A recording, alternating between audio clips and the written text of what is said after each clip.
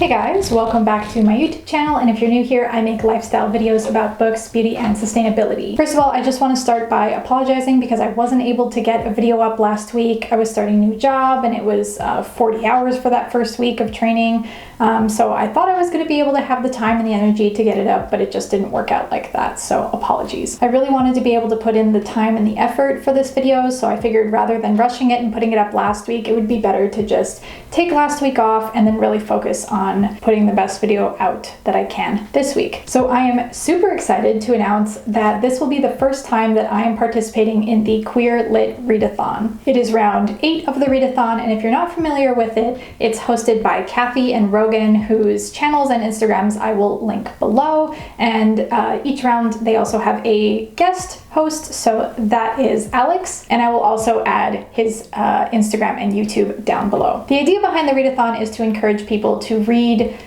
books that are about queer people or by queer people, and just encourage more diverse reading. It's going to be running from the 5th to the 11th of December. The hosts also create a bingo board of prompts that you can try and fill out, or do like a diagonal line, a cross line, a row, a column, or row. I kind of used it as a bit of a guideline, but I'm not going to strictly follow it, and they make it for fun. It's not something that you have to strictly follow. So I think since this is my first time, and also because I only ever take out library books, I don't buy books, it was easier for me to kind of like reference it, but not strictly follow it necessarily. And yeah, without further ado, let's dive on into my TBR for the Queer Lit Readathon.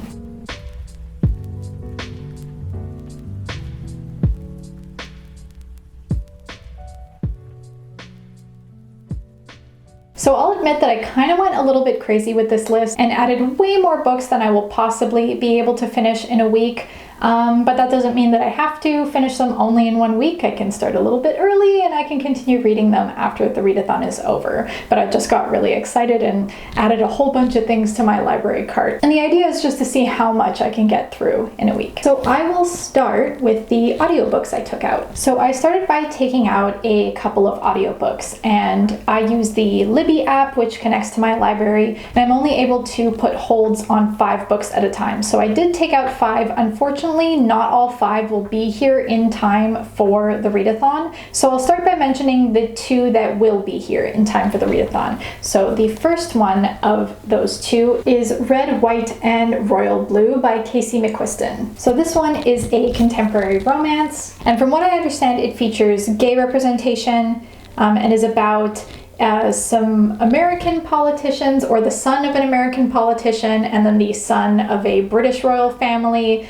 And what happens is that the 2 of them are seen publicly getting into a fight or some sort of altercation, and this doesn't bode well in the media. And then they have to kind of fake having a friendship, which ends up turning into a relationship. So it's an enemies to lovers trope. And I've heard a lot of hype about this one, and I think Casey McQuiston's books in general. I think I have one more by the same author on my list. So yeah, this one sounds like a lot of fun, and I'm excited to get into that. The next audiobook that I'll be able to get in time for the readathon is Untamed by Glennon Doyle. So this one, from what I understand, is a nonfiction autobiography or memoir, but honestly I don't know more about it than that. I know there is queer rep in it, but I have no idea what form it takes or anything else about Glennon Doyle themselves. So this one's just a big surprise for me, and I kind of like going into books not really knowing much about them. So I know this one, again, has been really popular, and it came out in 2020, so it's very recent. So again, I'm excited to get into it, and I think it'll be a lot of fun, especially as a audiobook. I believe it's read by the author, which I love. I always love when authors read their own audiobooks. I think it just adds a more intimate touch because you get exactly like the tone and the intonation that they had intended with their writing. So looking forward to that. I'll just quickly mention the 3 other audiobooks that I'm taking out from the library but aren't going to be here in time for the readathon, so just like honorable mentions. You can skip past if you're not interested, but the first one is One Last Stop by Casey McQuiston. So this one I believe has sapphic representation, and it's a adult to new/young adult book, and also a contemporary romance that features a time travel plotline. Next we have Cemetery Boys, and this one I was really disappointed that it wasn't going to make it in time for the readathon because it is a trans debut novel, so that would have been a great way to check off that particular box in the bingo board. But this one is a YA, paranormal, urban fantasy, a contemporary romance, and features magic and sorcery. This one also has genderqueer and Latinx representation, and the author, Aiden Thomas themselves, is a queer, trans, Latinx individual, and I guess non-binary too because they use they, them pronouns. Shame it's not going to make it in time.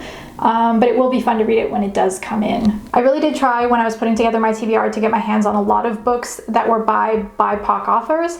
Unfortunately, they're popular at the moment. Well, unfortunately for me, but like good overall. They were either taken out or had like really long waiting lists. So it's great on one hand because like these books are popular, they're getting read, they're getting the hype they deserve, but less fun for me because I'm going to have to wait to read them.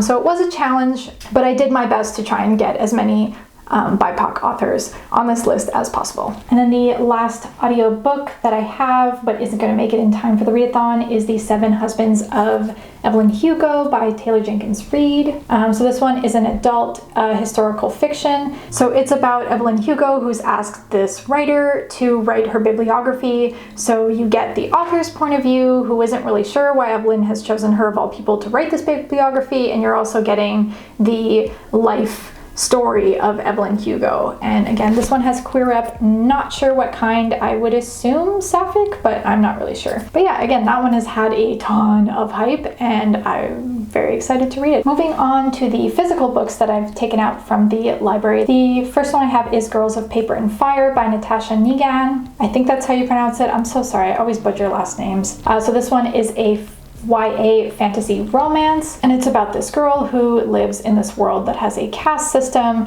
and the king chooses, from what I understand, a bunch of girls to sort of be trained to be his consort, or at least one of them is going to be selected to be his consort. And so our main character is one of these girls who's chosen to go to from wherever she lives, her village, to go live with the king and study, train to essentially compete to be one of his consorts.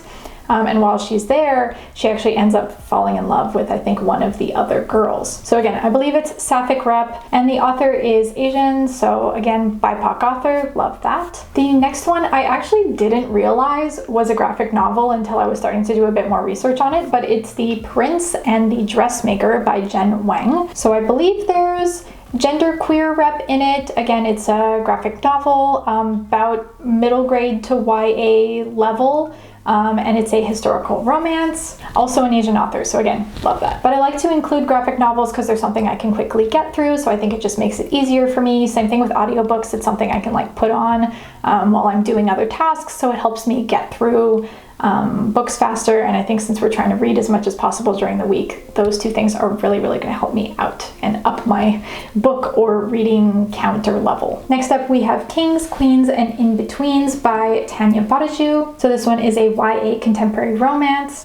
It features drag, and from what I understand, a lesbian unrequited love plot line, not really sure, and the author is also Indigenous. Next up we have You Should See Me in a Crown by Leah Johnson, and this one is a YA contemporary romance. It's about a girl who has a dream of like going to university, but she loses her funding for school, or like doesn't get the scholarship that she applied for, and so she thinks that her dreams have just like fallen to pieces in front of her until she realizes that if you win prom king or queen, you can also get a scholarship. So she decides to put her full energy and really try and focus on winning prom queen, even though it wasn't something that mattered to her at all up until that point. And then to add to the drama, this new girl arrives at her school and is also competing to be prom queen. And from what I understand, she ends up in a dilemma where she has to decide between following her dreams and winning that scholarship and beating out this other girl who she's developing feelings for that same scholarship, and she's kind of in like a bind of like,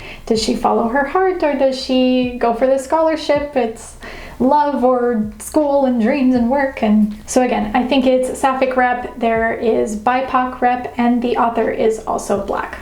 Next up we have This Book is Gay by Juno Dawson. Juno Dawson is a trans woman, and this book is kind of like her comical self-help nonfiction LGBT guidebook for new people coming out into the community, or parents of people in the community, or just anybody who wants to learn the basics of the LGBTs. I somewhat recently listened to Juno Dawson in a podcast by Hannah Witten. It's called Doing It. If you're interested, maybe I could link it. But I really loved hearing Juno speak, and just like, she's so intelligent, and I just love listening to her speak. So I'm really excited to finally get to read some of her books. I have a bunch more that are on my TBR, but I picked this one in particular because it has a rainbow cover, so that fits the prompt. And last but not least, we have another graphic novel, which is Lumberjanes by Noelle Stevenson. Again, not sure what the queer rep in these books is, but I know it's there. And it's a middle grade graphic novel kind of set in a campsite, and I think that this campsite also has a lot of like magical creatures just around, and then adventures ensue. I think it was pitched as like kind of similar to Gravity Falls, that sort of vibe. I'd taken it out from the library before but never got around to reading it, so maybe this time I'll actually get around to reading it. But that wraps up my TBR. Let me know what you think of my picks. Are there any that I should really prioritize, or that you would love to see me read? I don't know if I'll be able to do a vlog. I would love that, but I think I might just have to do a wrap up. If you guys are participating, please let me know what you guys are going to be reading, or if you just have any thoughts, suggestions, recommendations. If you've participated in the past, I want to know everything. Please let me know. I'm so excited about this readathon. I love what it stands for. I think it's great. It gives me an excuse to broaden my horizons and read diversely. So I'm just super excited for this opportunity, so excited to get started. I hope you enjoyed this video. Thank you so much for watching. Have a lovely day, and I hope to see you guys again here next time. Bye!